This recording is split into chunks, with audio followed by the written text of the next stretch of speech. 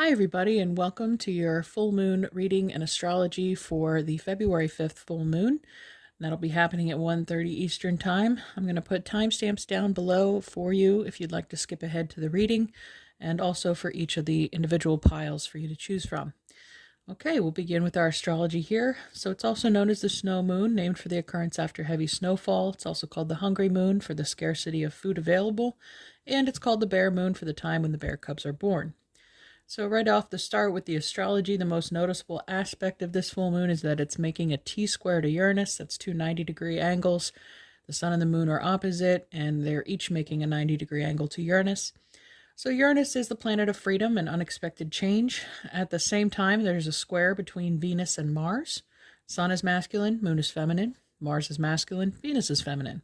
Full moons reveal secrets. If there were secrets between the lovers of Venus and Mars, they could easily be exposed and create challenges at this time. And especially because we also have Mercury conjunct Pluto, and Pluto is deep, dark, hidden, occult secrets. So not just on a personal level, but possibly on a global level, we could see this because Uranus does rule the 11th house Aquarius of the collective. And Uranus creates emotional detachment and a strong need for independence.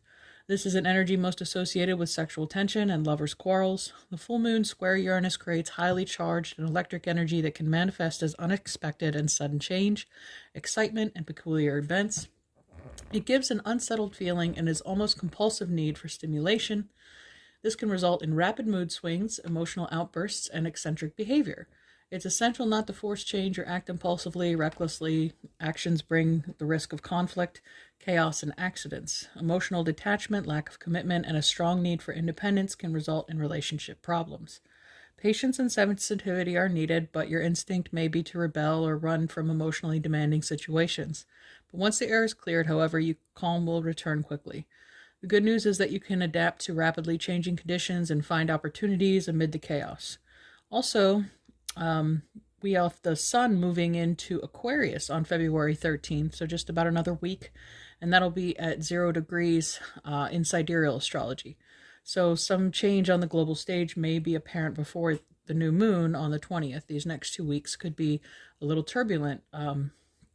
Uranus is also the planet of rebellion, so we could see the freedom fighters around the world fighting for social justice at this time as well. So moving on to the fixed star associated with this full moon. From astrologyking.com, the fixed star is in the northern constellation of Draco the Dragon, Kappa Draconis. It is also traditionally known as the Dragon's Tail in Vedic astrology, or Ketu. It is referred to the South Lunar Node.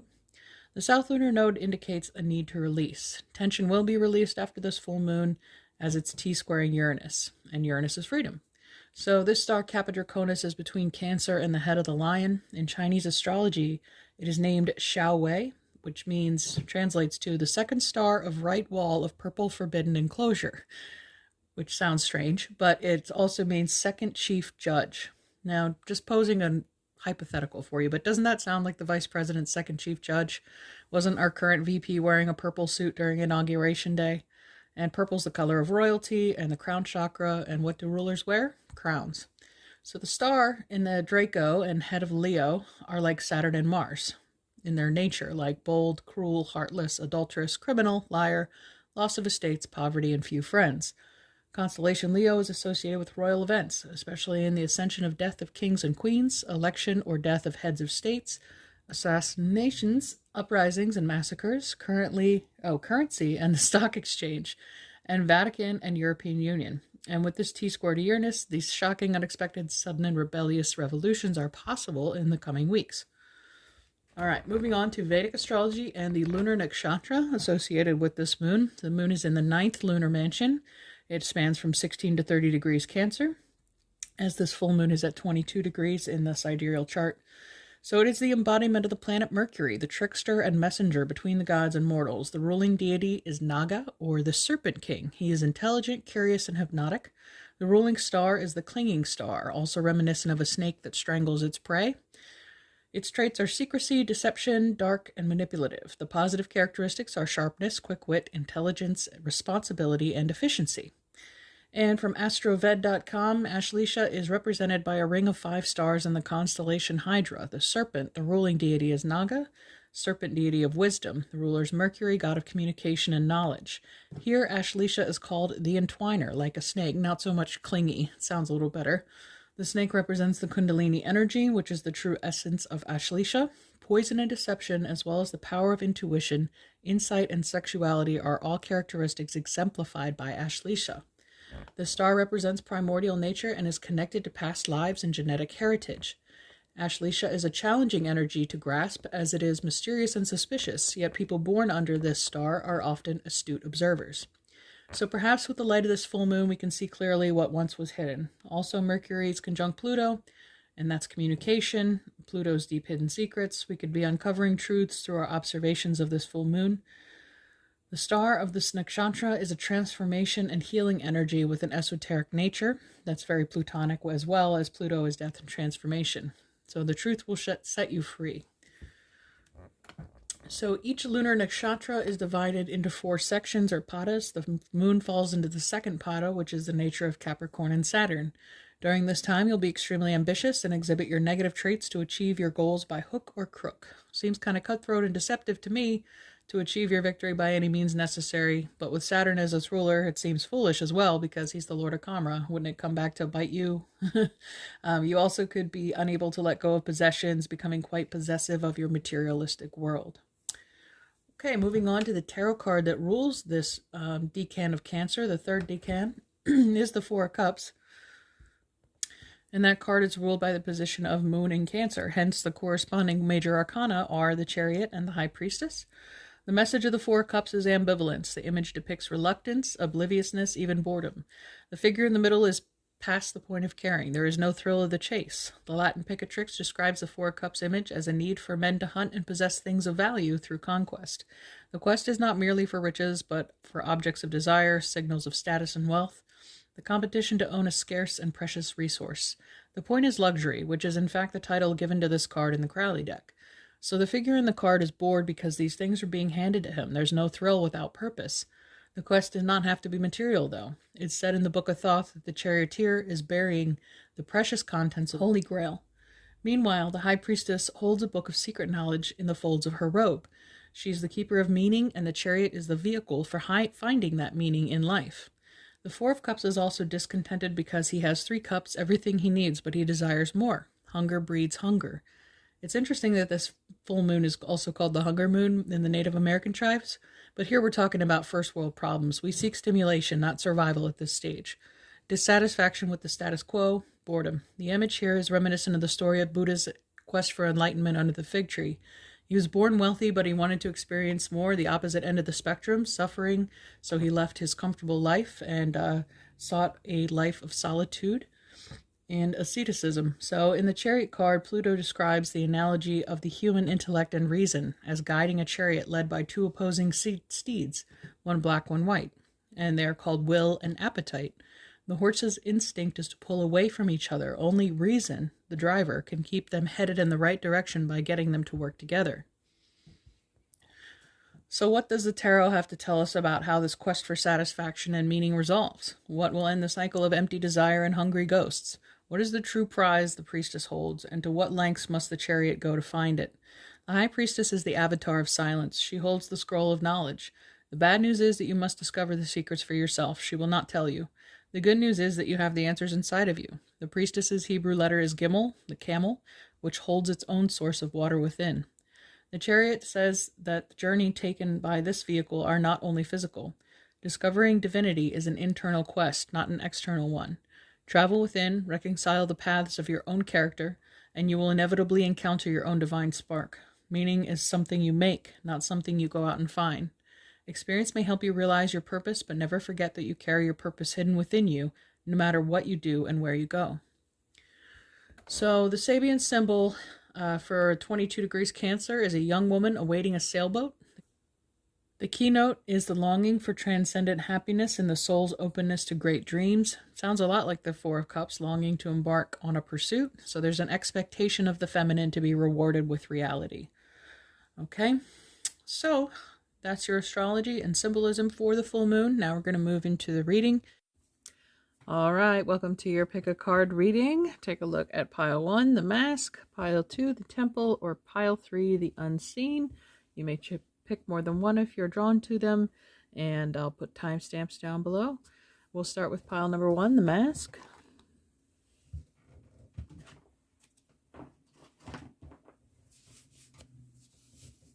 All right, we'll read about this at the end. Let me get your oracle cards out here and see what we're dealing with. Starting with the Queen of the Moon, the unexpected, the blue moon. So this is the second full moon in a calendar month, number 43. And that's very in tune with what's going on with Uranus being involved in a T-square here, if you didn't watch the astrology intro. And then next to that, for our Journey of Love card, we have She Loves, number 61. What's interesting about that is the 61 is the 18th prime, and number 18 rolls the moon card in the tarot. And that is also number 61, the mask. A couple synchronicities already. For our astrology cards, we have Cardinal, instigation, bravery, and a pioneering spirit. So that's Aries, Cancer, Libra, and Capricorn. So we have Cancer full moon here going on. Maybe just a reaffirmation of that. But also they begin the new seasons and going in new directions. House 11, friends, like-minded groups, and humanitarian beliefs. So this is Uranian energy that is also involved in this unexpected. And we have House 6, establishing a foundation, health, daily life, and practical details, the House of Virgo. Okay. Finally, for your Rose Oracle, we have Come to Me, attracting like a rose, receive abundance and desires. Could be very much like an unexpected gift coming in for you, or contact with people you haven't seen in a while. Or again, an unexpected change to your daily routine. And then we have Autumn, release the old and rest. Okay, well, yeah, if there's a huge shift and change coming in through your life, it's going to require you to let go of stagnant energies to make room for the new. And now we're going to read about your card, the unexpected, real briefly. And of course, I'm going to draw some tarot cards to clarify here and get a better message. But the blue moon, of course, is the unexpected. No matter how well you plan, there's always room for the unexpected to occur. Build your resilience, as rare occurrences can happen. A visitor you have not seen in a long time may re-enter your life. And that kind of has this resonance with House 11th, with friends, like-minded groups, and humanitarian beliefs. So an old friend may be coming back in the picture, an old flame. And then Cancer does rule the 4th house of home and family. Could be somebody that you used to live with. And let's go ahead and look at the card She Loves. Forgiveness is here for you now. Can you partake of it? Forgiveness of your own self for the times you messed up, didn't love, forgot to trust, tried to take over, and decided against surrender. Forgiveness is here for you now for the times when you couldn't forgive another, even if you really tried and really wanted to. She loves. She is here for you now. Open your heart to the angel goddess of forgiveness and let her fill your heart. You are free. Uranus is the planet of freedom, and the moon in Cancer is healing, very much emotional healing. This oracle brings you a message from the divine. You are forgiven, you are worthy of forgiveness, and you are capable of great spiritual generosity in forgiving others. If there is a person that you cannot forgive, you are really just not forgiving yourself, perhaps for being vulnerable, for not knowing better, or for not listening to your own intuition. It's time to let that go and allow the forgiveness that the divine has for you to fill your heart. You are free now. You just need to realize it. Okay, so I think with the forgiveness has a lot to do with this releasing, like an old grudge, release the old and rest. And that's going to remove the blockages to allow manifestation to come in for you. And that might be what the unexpected gift is as a result. Okay, now let's take a look at the mask, the card that you chose for this pile.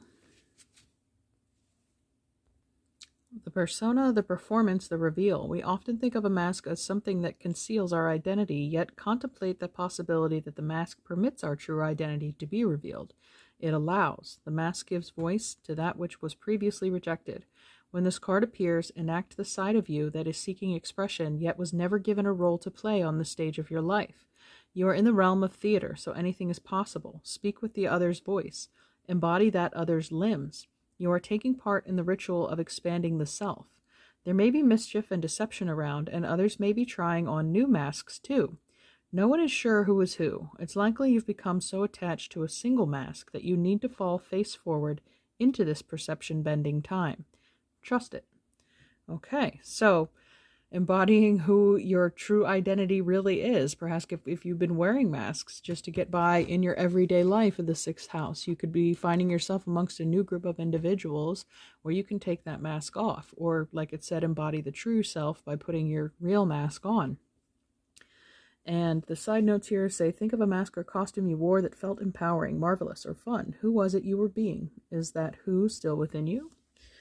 As the Zen koan suggests, meditate on your original face, the one you had before your mother and father were born. Interesting. Okay, so yeah, the mask permits our true identity to be revealed. It allows. My mentor, Jordan at Waters Above, says love is allowing. So love yourself, allow yourself.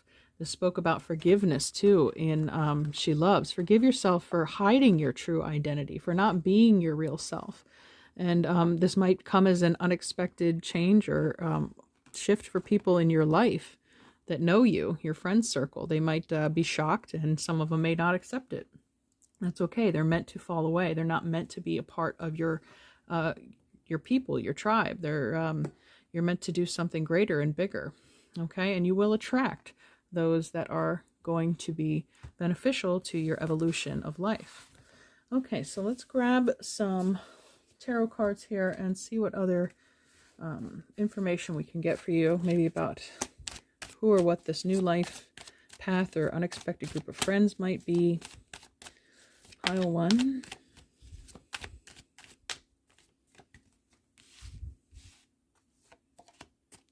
And 4. Okay.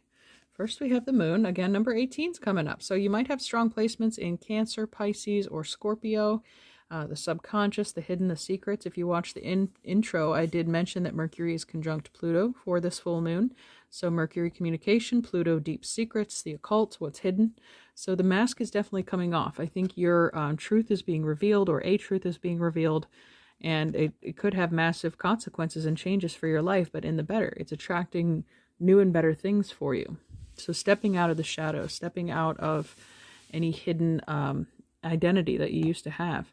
King of Swords, what did I say about speaking your truth? Aquarius, Gemini, Libra. We have this T-square to Uranus. Uranus rules Aquarius, the air sign. Clarity, authority, and taking charge of the next step on your path. We have the 7 of Cups. Yeah, the world's your oyster. You have so many options ahead of you. This could also be seen as the deception card. And with the moon here as secrets, again, maybe somebody else was keeping a secret from you. And this full moon is shining a light on the truth. So I feel more, though, it's like you've been hiding yourself from the world. So focus what it is on these cups. What do you want the most? You know, wealth, fame, fortune, love, freedom, knowledge, you know, things that you are able to pursue. You have the wisdom and the authority to do so now. And the confidence, really. And we also have Justice, Libra. Okay, strong Libra energy here. More air signs showing up like the King of Swords. So this is an internal rebalancing. You know, the moon is opposite the sun. We have masculine opposed feminine. And then Mars is square Venus for this full moon as well. So this whole process, I don't see any tower moments here, but again, this unexpected shift, it could be bringing things back right to where they were. Karmic justice is coming to mind too. If you're just getting out of a karmic partnership or relationship, then your debt is paid. Things are even. They're even Steven. The score is settled, right? And Justice has his sword here. I just said Justin, so somebody might have a Justin or be a Justin. Okay. Well, let's get some angel cards for you. See what this is all about. See what our final message is for pile 1. It's a great revealing going on, whether of yourself or truth or your friends around you, finding out who your true friends are. We have beauty. Okay, yeah, I think you are becoming this beautiful self. You're revealing something beautiful about your nature, your character, your personality. But your truth is beauty. What is that? Keats that said truth is beauty, beauty is truth, the poet. And then we have enthusiasm. Yeah, I'd say that with the King of Swords, that taking charge, charging forward with enthusiasm and ambition, especially with this unexpected blue moon showing up. We have understanding. Yep, there's the clarity too with the King of Swords. I think people, you know, even when you reveal your truth to people, they're going to understand. And if they don't, like I said, they'll fall away. They'll be released. But I think your true circle will embrace it. We have grace. Okay, you're definitely in your elevation, becoming more graceful with your energy, your words, your movements, your actions, and your decisions in the King of Swords. And we finally have truth. Okay, beauty is truth, truth is beauty. All right, and then finally we have surrender. Okay, yeah, surrender the deception, if there was one. Surrender yourself to the truth. The truth shall set you free. Okay. All right, pile one. I hope you enjoyed this. If it doesn't resonate, feel free to pick another pile at this time, but hopefully you did enjoy it, and I'll see you in the next reading. Thanks. Take care. Bye-bye. Hello, pile two. Welcome to your reading. You chose the temple number 34. We'll read about that a little bit later, but let's see what oracle cards we have for you for this reading. I'll clarify with some tarot to follow. First, your Queen of the Moon card, we have Self-Reflection, number 17. This card always reminds me of Gemini, like the twins. But yeah, it might have to do with that internal journey that I spoke about with the Chariot card being a representative of this third decan of Cancer as one of the major arcana cards. So it could be an inward journey, a reflection of that. The temple is also what your body is, your temple. So you could be looking at your body, thinking about what changes you might want to make, improvements or whatnot, or maybe even just reflecting on everything that your vessel has been through and how it's brought to you at this very point in your life, and being thankful for that.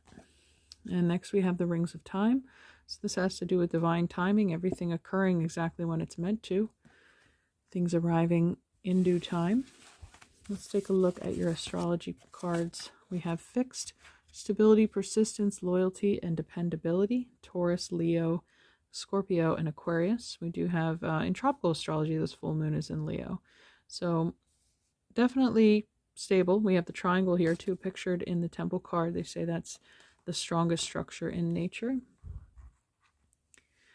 And number 44, fours represent doorways as well. So there could be something opening for you, and it could be a secure new future. There's also this mirror, looks like a portal that you could be stepping through, like a door, into a more secure, stable, either physical existence, whether it be your body, your income, your living situation, your relationships. And then we have House 12, spirituality, transcendence, karma, sacrificial service, and healing.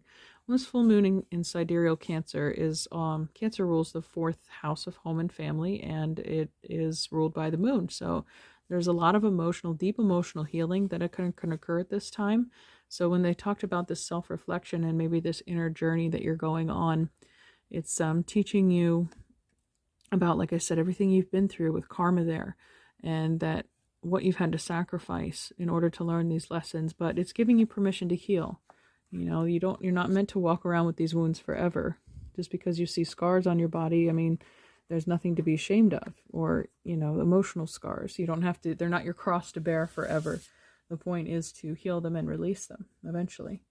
And then we have a rose without thorns. You have the right to your joy, peace, and sweetness of life. So yeah, casting off anyway those thorns, pulling the thorns out of your soul, your skin. You have the right to be happy. You are here to enjoy peace and share that with others. Ooh, I skipped another astrology card. I forgot your pile got 3. We have Mars, move forward and defend self. Okay, so maybe some of you are working on your boundaries. I did mention this looked like a portal or a doorway, but it's also a boundary, limiting the reflection that you're able to see. So strengthening of that circle. What is it? I heard another mentor say is that, you should never draw hearts around your name and somebody else. Instead, it should be a circle, because circles are unbreakable. They're continuous. So that's a boundary that you're drawing around yourself and your loved one. So because hearts can be broken, circles can't. That's the thing. So some of you are working on that Mars energy of defending self, defending your energy, protecting your body, your temple, and learning from that and healing and moving on. So finally, your angels and ancestors, beautiful. We have the sun, enjoy success and happiness. This is Leo. Tropical astrology has this, again, full moon in Leo at 16 degrees. So Again, both systems are usable. They're both tools, so take whichever one resonates with you. But this fixed fire, this is self-confidence and assurance in your identity. Same here with the temple, is showing that bright yellow in the center, and that's our solar plexus, which is ruled by Leo. And then above it is the heart chakra, the green. So healing identity, healing emotional wounds, and the Cancer full moon. Okay, let's take a look at self-reflection real quick. Be curious about your own nature. Choose to turn inwards to quietly contemplate who and what you are and want. The more you know about yourself, the more you are able to steer yourself well. Know that you believe what you believe and why, yet be open to the development of new beliefs and ways of being. The mantra is, I am not afraid to look deeply at myself in all aspects. Self-reflection exposes our strengths and weaknesses and gives us information to make changes if we choose to. It gives us a small respite in the busyness of life and allows our brain to make sense of the chaos we experience each day. Some people self-reflect, but when they do, they don't like the feelings of vulnerability, anger, guilt, or even defensiveness this incurs. Why go there when it isn't pleasant? Here is where we grow our self-responsibility. Short-term pain will certainly be worth long-term gain if we do not ignore the elephant in the room. A regular practice of self-reflection allows us to intercede before problems get too big. We can, for example, catch ourselves before something gets way out of hand. We can apologize and make amends to someone for our mistake. We can catch negative patterns and stop them in their tracks. The theme of waning gibbous moons, of which this is the first, is the process of self-reflection and building resilience. The companion stone or metal is tiger's eye, and that goes with the heart chakra as well, the Leo, the lion. Or not the heart, the solar plexus. So assurance of self, confidence, courage to heal and to look at what needs improvement in our lives. Okay. The temple card is the sanctuary, the shrine, the altar. When we think of the temple, we often envision an architectural structure in a far-off land. We are quick to distance ourselves from the sacred, assuming we must expend much effort in order to arrive there. Yet the temple is a universal and omnipresent energy, accessible in the highest and lowest, richest and poorest of places. Visiting the temple might be as simple as stepping into the dappled light of the forest, slowly and sensuously kissing a lover, or closing your eyes to travel inward. This card is a call to re-examine what you pay homage to and what you reject. What do you spend your time worshiping? Your phone, money, material goods? What barriers do you draw between yourself and the sacred? Perhaps there is room on your altar for something new, something surprising. Offer it to the heavens. Though indeed the temple travels with you, this card is interwoven with the pilgrim archetype. If you've been longing for a spiritual journey, book your tickets. The ancient yogi saw the body itself as the temple, every function and feature of it as an expression of divinity. Build a shrine with found materials. Don't spend any money, only time. And it's interesting that the rings of time came up here too. That's all we have, right? We're just given time. All we have to decide is what to do with it, right? Okay, let's see what other messages our tarot cards can share with us to clarify these oracles. This looks like a big self-healing moon for you, pile 2. Spiritual and emotional healing. With the rings of time there, it seems like Saturn as well. The nature of Saturn.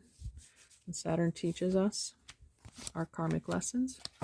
And then we have the King of Wands underneath. There's that more Leo energy. So some of you might have strong fixed fire energy like Leo. Determination, ambition, and pride. And that's a good thing. We want to build up, again, our boundaries and strengthen our ego. We have the 8 of Coins, which is Virgo. And again, that could be pointing to your health for some of you. Working on your temple there. 3 of Cups is a celebration. Meeting of friends, so it's like you're not alone on this journey. You have your friends, you have support. And then we have the 6 of Swords. Excellent. Moving on from rough seas to calmer waters. And then we have the 10 of Wands. Okay, I mentioned karma, so the end of a karmic debt, paying off something.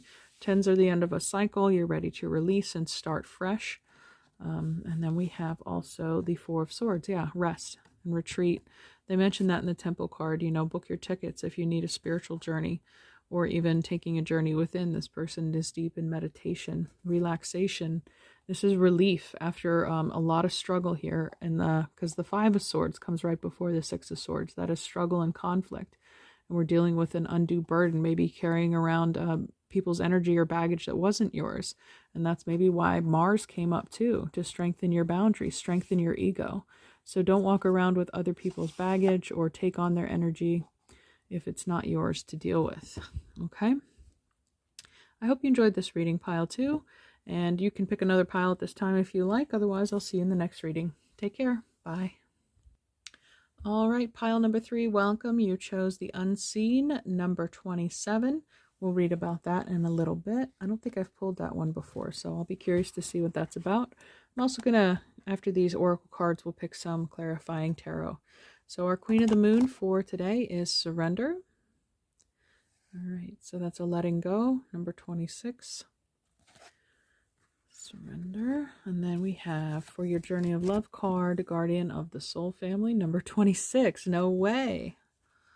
Okay, so you could be 26 years old, but I know if you study gematria, I know the word God equals 26, the numerical value of each letter when you add it up. So again, this is the soul family presence, surrender, maybe to soul, to higher self, to the unseen, the etheric forces at play. Let's see your astrology cards.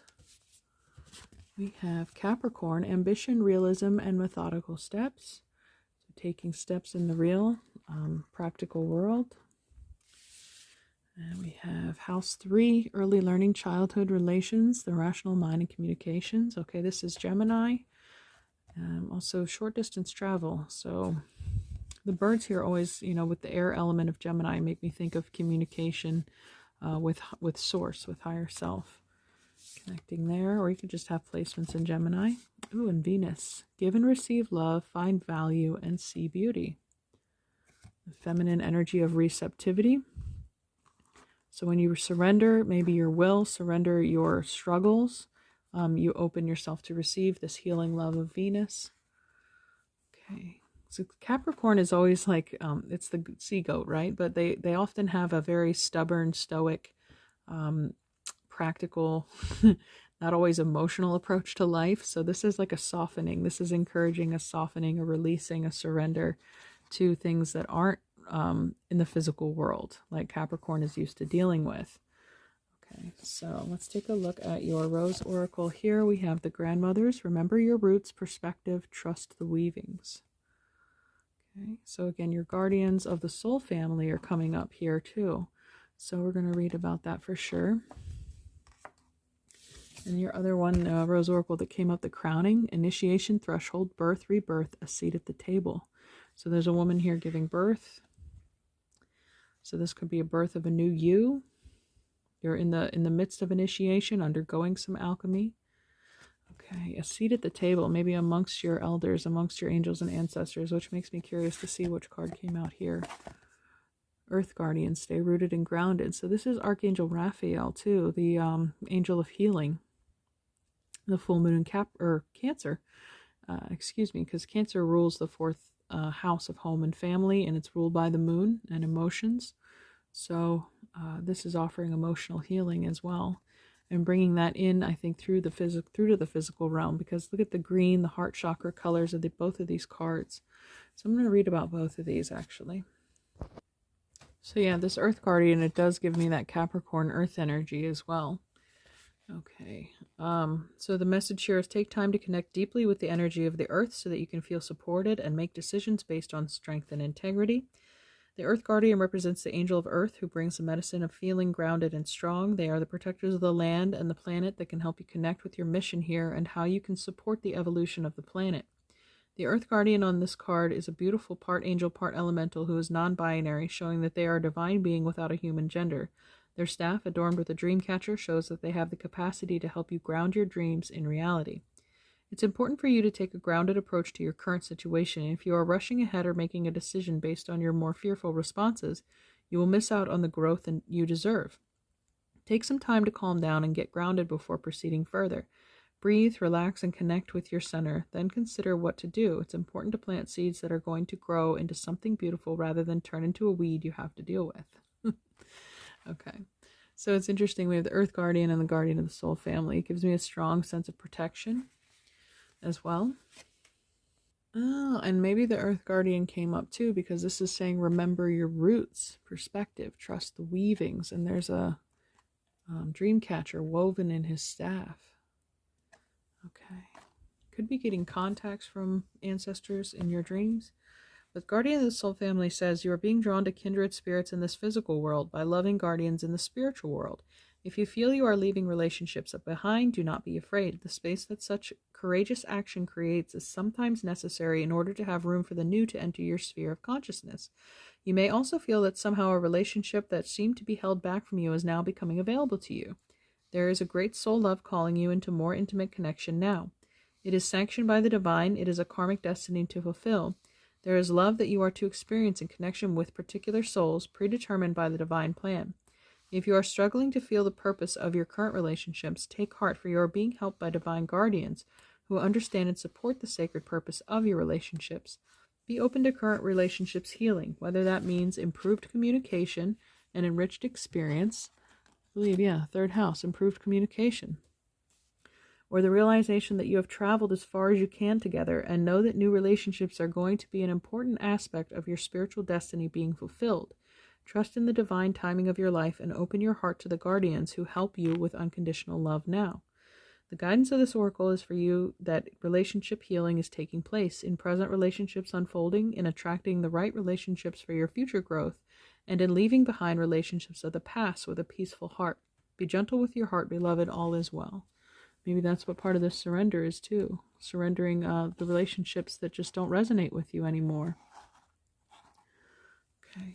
Now we're going to read about the unseen, number 27. Okay, this card is titled The Spirit, the Ancestor, the Eternal. The unseen is just as it sounds. We cannot see it, yet it sees us, watching and waiting with wisdom both kind and instructive. We feel this presence, sense it, intuit it, and then doubt its existence, though it rallies our attention time and time again. The energy of the unseen may come in many forms: a compelling dream, a sudden insight, a clear voice, a vision or message from a loved one who has passed to the other side. It is natural to fear these communications as they challenge our perception of what is real. When this card appears, your guides are near. The eternal is present. The doorway between worlds is ajar. Listen, the sounds may seem as though they come from a distant land, but they call from your innermost chambers. The guidance comes in many forms. Don't expect it to be glittery or comfortable. The spirit world speaks the truth. Sometimes it soothes and sometimes it burns. Being graced by the unseen is a gift. Treat it kindly. Allow yourself to be seen by eternal eyes. All right. So again, I get this strong feeling of receptivity, surrendering to the messages that you're about to receive through your dreams, through spirit, through meditative practices. And I think the grounding card is there too, again, also to just give you security. 1 foot in, 1 foot out. You're still here in this real life, but you're able to reach across the boundaries of the veil into the etheric as well. And it can be scary if you've never done that, or you're just expanding your intuitive powers at this time. Okay. Any more? One more. Okay, we'll start with the Queen of Cups. Yeah, this is the card of Cancer. Nurturing, healing, motherly love. So compassion and unconditional love. She has complete control over her emotions too, but she's also got this cup with the lid on it. She just doesn't give it out to anyone. So she does practice boundaries. She has an understanding there. This again feels like this grandmotherly love. Some of you may have a grandmother that's passing on wisdom to you. What is it? True in biology, right? When you're born, if you're a female, like you already contain the eggs inside of you, or of your grandchildren, I think, or something like that. I'm getting it wrong. And again, maybe not. I don't think so, but there's a motherly love or lineage here that's connecting to you. And then we have the Hermit. Okay, this is definitely calling for some time alone. Again, to quiet the mind, maybe remove yourself from external influences or voices in order to hear the inner voice of wisdom coming through. The ancient ones are very wise. They had a lot of experience and they're trying to teach you and show you. And then we have the Knight of Cups. Interesting. More cups, more healing coming at you. Cancer, Pisces, Scorpio. All right. So they're offering you this peace that comes through this understanding. And then the Chariot, another Cancer card. All right, you all are very strongly connected to this Cancer moon. Might have strong Cancer placements. And if you go back and watch the intro, this is one of the ruling cards of this full moon. We had the Four of Cups, the High Priestess, and the Chariot. This is reason that's driving the seeds of will and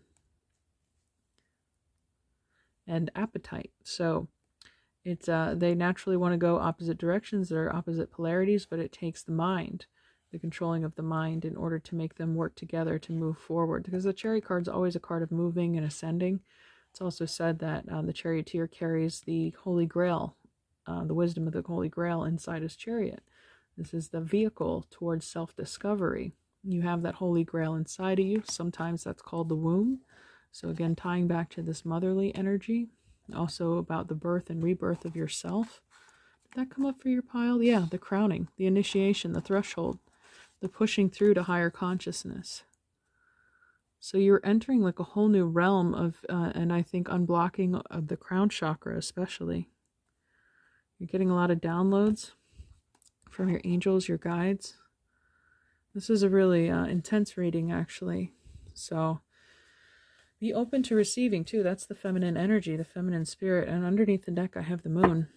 So that is also, the moon is the ruler of Cancer. It could also be Cancer, Pisces, Scorpio.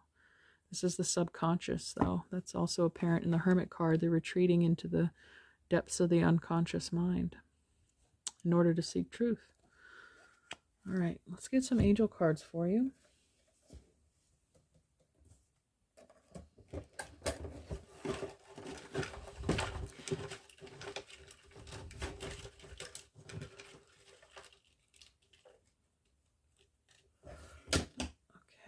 We have support here. Yeah, see, there's an angel helping you over the wall throughout the obstacles, getting through these difficulties. Didn't support come up for you? No, that was a different pile, but definitely having the support of your guides on the other side. And then we have depth. Okay, that definitely goes in with the depths of the conscious, the subconscious. Doing some deep diving on your soul and your connections to your ancestors, your soul's mission. And then we have balance. Okay, I think a lot of balance is going to be achieved out of this. I think maybe things may have gotten a little too chaotic in your life, and that's where the surrender card comes up. It's not about giving up, it's about giving over control. I mentioned that with Capricorn, right? Giving over control to the divine, to the feminine side of you, releasing maybe that masculine urge to push forward or shove it down or control the situation. But this is saying allow things to come in, and you're going to feel a lot better. You're going to receive this healing that's going to rebalance your energies within, as seen here in the Chariot card as well. You need both to be working in equal function in order to make your vessel go forward. Okay, well, I hope you enjoyed this reading, pile 3, and you're free to pick another pile if you want. Otherwise, take care, and we'll see you in the next reading. Bye.